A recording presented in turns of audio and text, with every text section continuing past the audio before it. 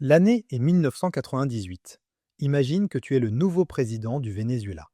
Tu as les plus grandes réserves de pétrole prouvées au monde, 300 milliards de barils. Tu as une production de 3,5 millions de barils par jour qui génère 50 milliards de dollars par an. Tu as une population éduquée avec des infrastructures déjà construites. Tu as une démocratie fonctionnelle et l'économie à la croissance la plus rapide d'Amérique du Sud. Faisons comme si la corruption et l'incompétence avaient magiquement disparu. Pouf, parti. Juste toi, ton pétrole et ton rêve d'une utopie socialiste. Tu penses que tu vas créer le paradis sur Terre? Tu penses que tu vas utiliser la richesse pétrolière pour éliminer la pauvreté et créer une société juste? Mon ami, tu es sur le point de marcher dans la pire catastrophe économique en temps de paix de l'histoire moderne. Tu vois, l'économie socialiste n'est pas juste un système alternatif équitable, c'est une machine à détruire la richesse conçue par l'idéologie pour ignorer les mathématiques de base. À partir du moment où tu nationalises ta première entreprise, tu combats la réalité économique, les incitations humaines et les lois de l'offre et de la demande. Aujourd'hui, on ne va pas parler de sanctions américaines ou de complot de la CIA. On va examiner la réalité mathématique terrifiante de pourquoi le socialisme vénézuélien était une condamnation à mort économique dès le premier jour. Accroche-toi, ça va coûter 75% de ton PIB. La nationalisation de PDVSA. Comment détruire 50 milliards de dollars en une décennie? C'est 2002. Hugo Chavez vient de gagner le référendum. Il contrôle désormais totalement le gouvernement. Et sa première grande décision? Nationaliser PDVSA, Petróleos de Venezuela, la compagnie pétrolière nationale qui était déjà techniquement publique, mais opérait de manière indépendante. En 1998, PDVSA était la troisième compagnie pétrolière la plus rentable au monde. Elle employait 40 000 professionnels, des ingénieurs pétroliers formés au MIT, à Stanford, dans les meilleures écoles d'ingénierie du monde. Ces gens savaient ce qu'ils faisaient. Ils connaissaient les gisements, la géologie, les techniques d'extraction du pétrole lourd vénézuélien, qui est particulièrement difficile à raffiner. Chavez décide que PDVSA doit être loyal au projet socialiste. En 2002 à 2003, il organise une purge massive. 18 000 employés, presque la moitié de la compagnie, sont virés. Pas pour incompétence, pour manque de loyauté politique. Mettons ça en perspective avec quelques chiffres concrets. En 1998, le Venezuela produisait 3,5 millions de barils de pétrole par jour. En 2024, la production est tombée à 400 000 barils par jour. C'est un effondrement de 89%. Fais les calculs. À 100 dollars le baril en moyenne, ça représente une perte de revenus d'environ 40 milliards de dollars par an. Multiplie ça par 26 ans. Tu viens de perdre plus d'1 trillion de dollars. Mais attends, ça empire. Les 18 000 ingénieurs et techniciens virés sont remplacés par qui? Par des camarades du parti. Des gens loyaux à la révolution bolivarienne. Des gens avec zéro expérience dans l'industrie pétrolière. Tu sais ce qui est fou? Beaucoup de ces nouveaux directeurs ne savaient pas faire la différence entre du pétrole brut et de l'huile de moteur. Ça veut dire que tu remplaces des ingénieurs pétroliers avec des diplômes du MIT par des membres du parti qui ne savent pas comment fonctionne une raffinerie. Pendant ce temps, le budget de maintenance de PDVSA est coupé de 70%. Pourquoi? Parce que Chavez utilise les revenus pétroliers pour financer des programmes sociaux, des subventions et construire son pouvoir politique. Les puits de pétrole, les raffineries, les pipelines, tout ça nécessite une maintenance constante. Le pétrole vénézuélien est particulièrement lourd et corrosif. Sans maintenance, les équipements se détériorent rapidement.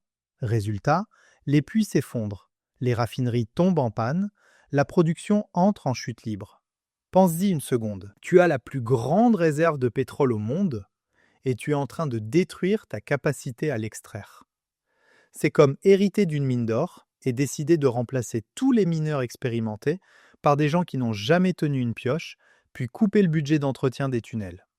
Voici l'ironie. L'Union soviétique a fait exactement la même chose avec l'agriculture dans les années 1930. Staline a remplacé les agriculteurs expérimentés par des commissaires du parti pendant la collectivisation. Résultat, famine massive, des millions de morts. Le Venezuela répète l'erreur, mais avec du pétrole au lieu de blé. Mais si tu penses que détruire ton industrie pétrolière c'est grave, attends de voir ce qui arrive quand tu appliques la même logique à toute ton économie. Le contrôle des prix. Comment créer une pénurie de tout? Ok, donc ton industrie pétrolière s'effondre, mais tu es intelligent, tu es un génie tactique. Les revenus pétroliers diminuent, mais tu as encore des milliards qui rentrent chaque année. Le problème, l'inflation commence à monter. Les prix augmentent. Les gens pauvres, ta base électorale, ont du mal à acheter de la nourriture. Ta solution? Le contrôle des prix. Tu décides de fixer les prix pour que les gens pauvres puissent acheter de la nourriture et des produits de base. Prix fixe pour le pain, le lait, le riz, les haricots, le papier toilette, les médicaments, tout. Tu passes des lois qui interdisent aux commerçants de vendre au-dessus de ces prix. Félicitations, tu viens de te piéger toi-même. Tu viens de créer des pénuries de littéralement tout. Voici pourquoi. L'économie de base, quelque chose qu'on enseigne en première année de fac, dit que quand tu imposes un prix maximum en dessous du coût de production, les producteurs arrêtent de produire. Au Venezuela, les prix contrôlés étaient fixés 50 à 80% en dessous des prix du marché. Ça veut dire que les fabricants perdaient de l'argent sur chaque produit vendu. Imagine que tu es propriétaire d'une boulangerie à Caracas. Le gouvernement dit que tu dois vendre le pain à 10 bolivars la baguette. Mais la farine coûte 8 bolivars, l'électricité 3 bolivars, le salaire de tes employés, tu perds de l'argent sur chaque baguette. Qu'est-ce que tu fais? Tu fermes ta boulangerie, ou tu produis le strict minimum, ou tu vends sur le marché noir. Et c'est exactement ce qui s'est passé à l'échelle nationale. Selon le Banco Central de Venezuela, en 2014, 28% des produits de base étaient en pénurie dans les magasins. En 2016, l'indice de pénurie atteignait 82%. Mettons ça en perspective. Ça veut dire que 8 produits sur 10 que tu cherches dans un magasin n'existent pas. Fais les calculs. Tu entres dans un supermarché et les rayons sont vides. Mais attends, ça empire. Parce que les prix officiels sont si bas, un marché noir émerge immédiatement. Un rouleau de papier toilette coûte officiellement 100 bolivars. Mais sur le marché noir, il se vend 10 000 bolivars. Résultat, les gens qui arrivent à acheter au prix officiel achètent le maximum possible pour revendre avec un markup de 10 000%. Ça s'appelle le bachaqueo. Des gens qui font la queue pendant des heures achètent tout ce qu'ils peuvent et revendent au marché noir. C'est devenu une profession à plein temps. Tu as créé une économie où des gens avec des doctorats passent leur journée à faire la queue pour du papier toilette. Bravo. La réponse du gouvernement? Criminaliser le stockage excessif. Des raids policiers dans les magasins et les entrepôts. Des commerçants jetés en prison pour thésaurisation et spéculation. Le ministre de l'économie à l'époque a littéralement déclaré la guerre économique contre les parasites capitalistes. En 2016, les Vénézuéliens passaient en moyenne 6 heures par jour à faire la queue pour acheter de la nourriture. 6 heures par jour. Imagine perdre un quart de ta vie éveillée juste pour essayer d'acheter du pain et du lait. Laisse ça infuser. Tu as créé un système où la population entière est devenue une armée de chasseurs de produits de base. Et voici le pire. Ce n'est que le début. On va parler de l'hyperinflation que ça a causé dans une minute. L'impression monétaire. 1 million% d'hyperinflation et comment détruire une devise. Voici où ça devient vraiment catastrophique. C'est 2012. Ton industrie pétrolière est en train de s'effondrer. Ta production a déjà chuté de 30%. Les revenus du gouvernement, qui dépendent à 95% du pétrole, commencent à chuter. En 1998, le gouvernement vénézuélien gagnait 50 milliards de dollars par an avec le pétrole. En 2018, ce chiffre est tombé à 6 milliards. C'est un effondrement de 88%. Mais voici le problème. Tes dépenses gouvernementales n'ont pas diminué, elles ont augmenté. Tu as des programmes sociaux massifs, les missions, qui distribuent de la nourriture, des logements, des services de santé gratuits. Tu as une bureaucratie énorme. Tu as des subventions pour l'essence qui coûtent des milliards. Tu as une armée à payer pour maintenir le régime au pouvoir. En 2018, tes engagements de dépenses dépassent 80 milliards de dollars. Tes revenus, 6 milliards. Déficit, 74 milliards de dollars. Ta solution? La planche à billets. Tu imprimes de l'argent pour couvrir le déficit. Félicitations, tu viens de déclencher l'une des pires hyperinflations de l'histoire humaine. Voici la progression. En 2012, l'inflation était à 20%, déjà élevée mais gérable. En 2014, elle atteint 62%. En 2016, 254%. En 2017, 863%. Puis ça explose. En 2018, l'inflation atteint 130,060%. Selon le FMI, le pic était à 1,698,488%. Mettons ça en perspective. Un café qui coûtait 100 bolivars en janvier 2018 coûtait 1,7 million de bolivars en décembre. Pense-y une seconde. Le même café, multiplié par 17 000 en un an. En 2012, un salaire mensuel moyen pouvait acheter une voiture d'occasion.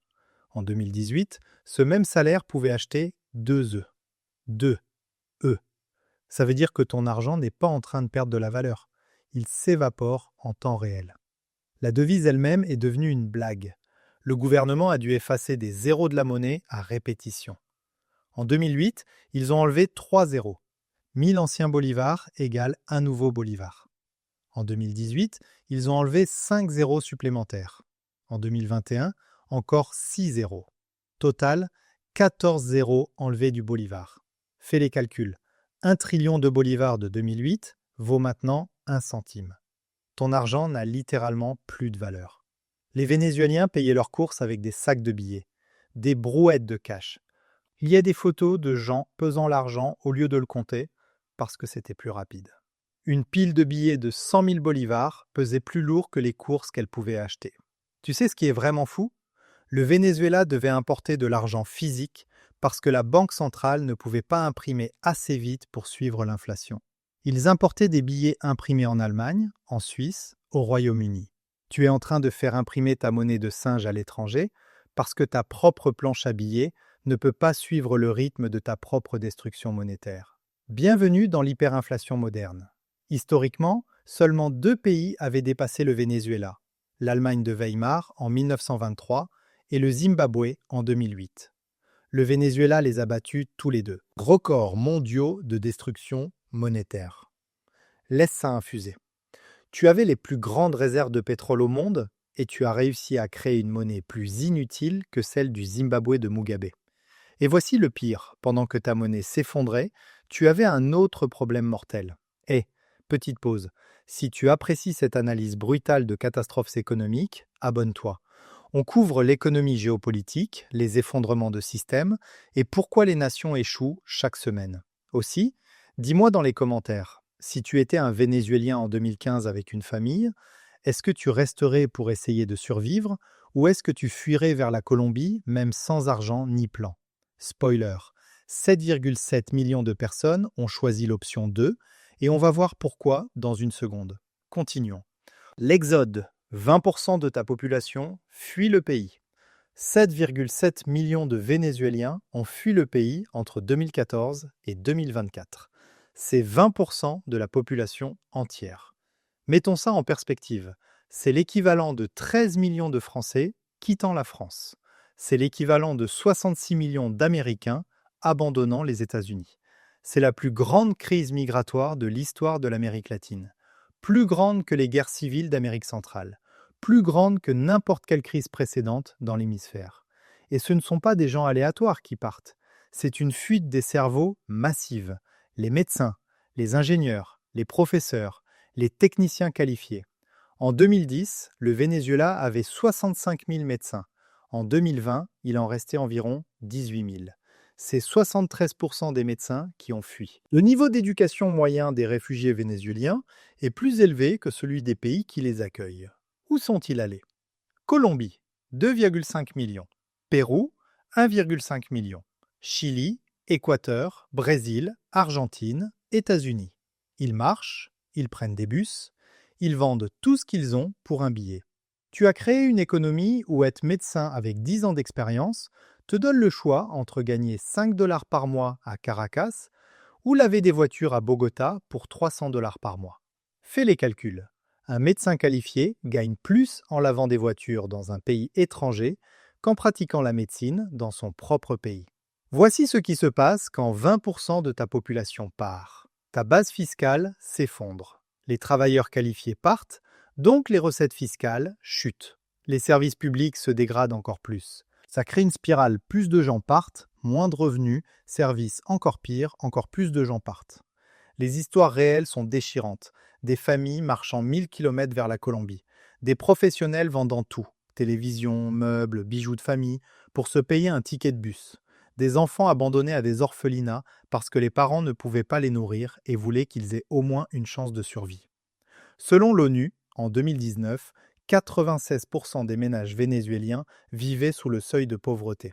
Pensez une seconde, 96%, dans un pays avec les plus grandes réserves de pétrole au monde, un pays qui était l'une des économies les plus prospères d'Amérique du Sud il y a 20 ans.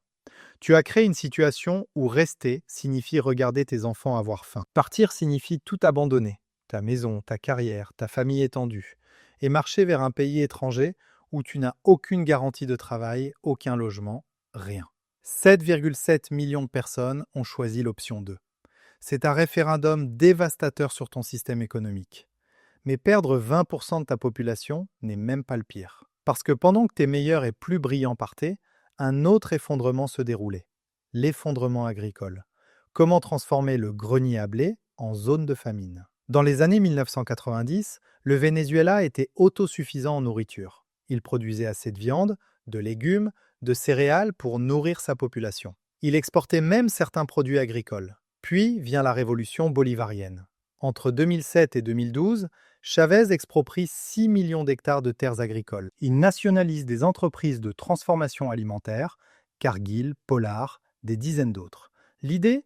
Donner la nourriture au peuple, éliminer les intermédiaires capitalistes, contrôle étatique de toute la chaîne alimentaire. Résultat? Effondrement total de la production. Les cheptels de bétail tombent de 16 millions de têtes en 2008 à 7 millions en 2020.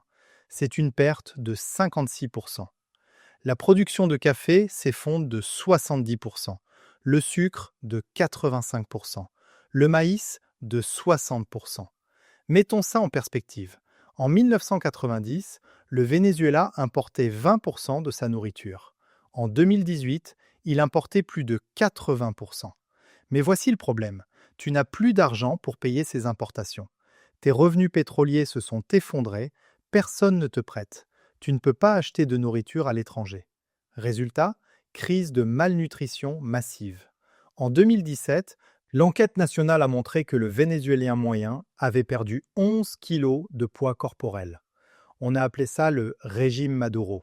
C'est pas une blague, c'est une famine rampante. Le taux de malnutrition infantile dépasse 30%. Des hôpitaux sans nourriture pour les patients. Des enfants mourant de maladies liées à la malnutrition. Pourquoi?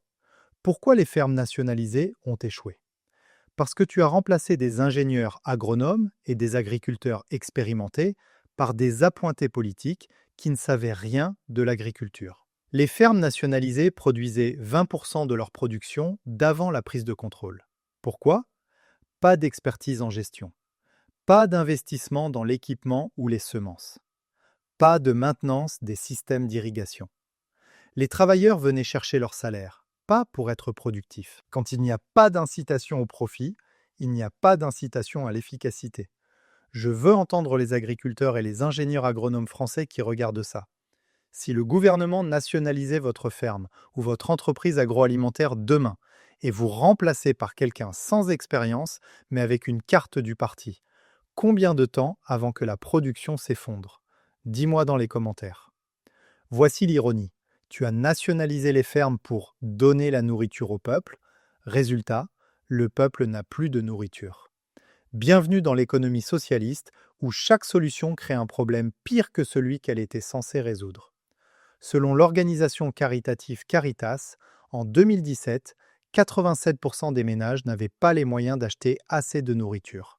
Laisse ça infuser. 87% de familles dans un pays qui devrait être riche avec ses ressources pétrolières, des mères donnant leurs bébés à des étrangers en espérant qu'ils auraient une meilleure vie, des gens fouillant dans les poubelles, des zoos où les animaux disparaissaient parce que les gens les chassaient pour manger. Et si tu penses que l'effondrement agricole est mauvais, attends de voir ce qui arrive à ton système de santé. L'effondrement du système de santé, hôpitaux sans électricité, sans eau, sans médicaments. Dans les années 1990, Le Venezuela était fier de son système de santé, de bons hôpitaux, des médecins bien formés, des taux de mortalité infantile et maternelle comparables aux pays développés. Puis, tout s'est effondré.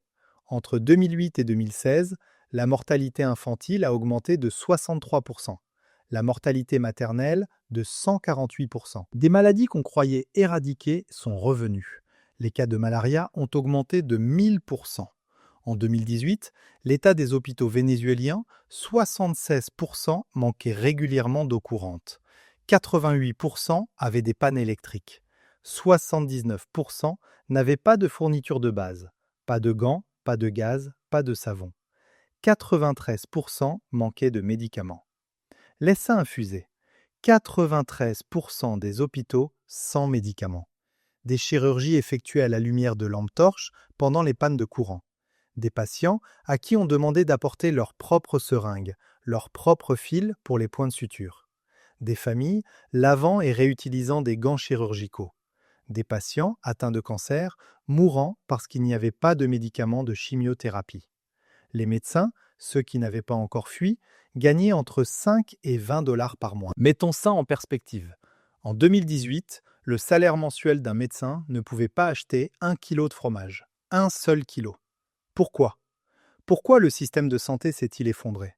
Parce que les dépenses gouvernementales en santé ont chuté de 90% en termes réels. Pas d'argent pour l'équipement, pas d'argent pour les médicaments, pas d'argent pour les salaires, pas d'argent pour la maintenance. Pourquoi pas d'argent? Parce que le gouvernement l'a dépensé en subventions, en bureaucratie, en remboursement de dettes, en corruption. Pourquoi toujours pas d'argent? Parce que les revenus pétroliers se sont effondrés et personne ne prête au Venezuela. Les maternités avaient un taux de césarienne de plus de 80%. Pourquoi? Pas parce que c'était médicalement nécessaire, parce qu'elles n'avaient pas les fournitures de base pour gérer les complications lors d'accouchements naturels. Une césarienne était plus prévisible, plus contrôlable, avec des ressources limitées. Selon le bulletin épidémiologique du Venezuela, publié brièvement en 2017 avant d'être censuré par le gouvernement, les morts maternelles ont augmenté de 148%. Pense-y une seconde. Des femmes meurent en accouchant dans un pays qui était une économie prospère il y a 20 ans. C'est la conséquence mathématique de l'économie socialiste.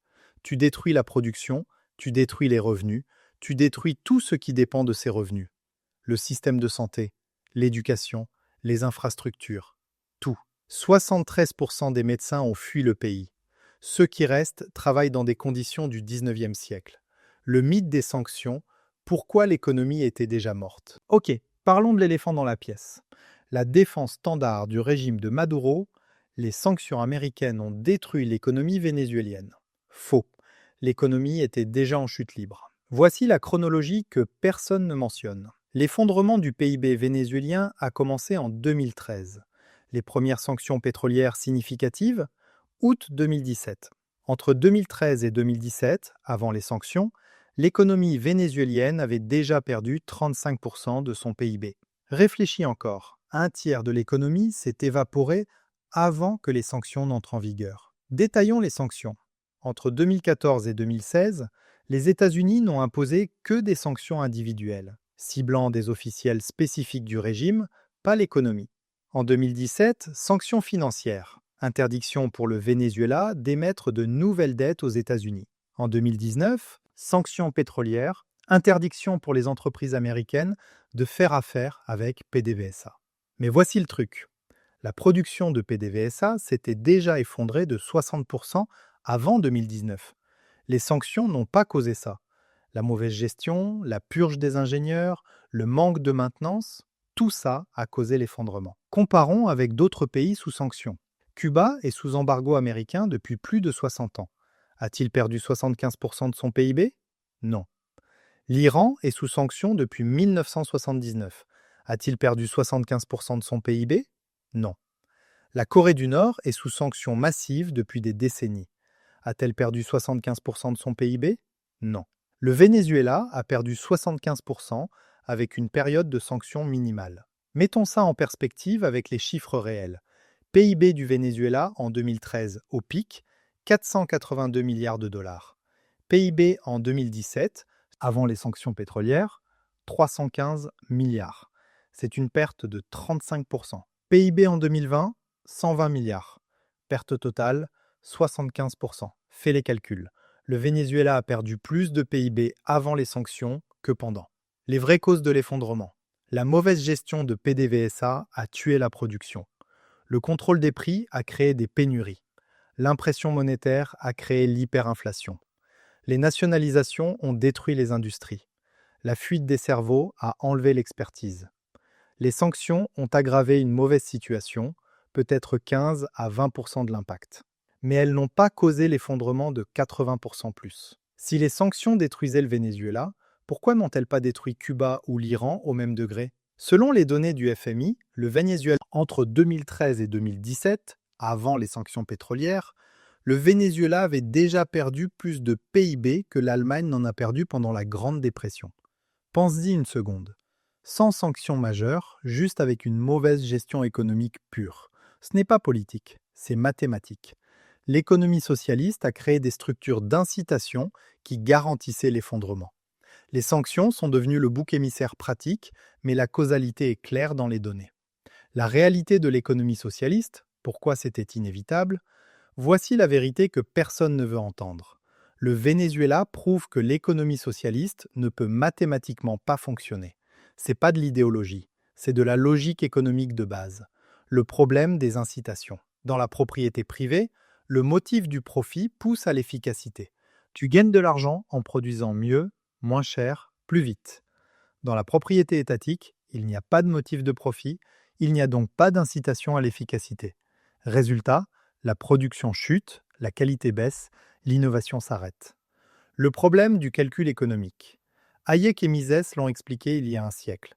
Dans une économie de marché, des millions de signaux de prix coordonnent l'économie.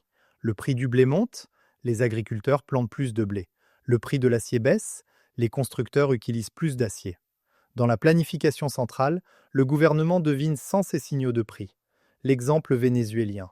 Le contrôle des prix a éliminé les signaux de prix, créant des pénuries massives. Le problème de la connaissance. Les marchés utilisent des connaissances distribuées. L'agriculteur connaît l'agriculture. L'ingénieur connaît l'ingénierie. Chacun utilise son expertise locale.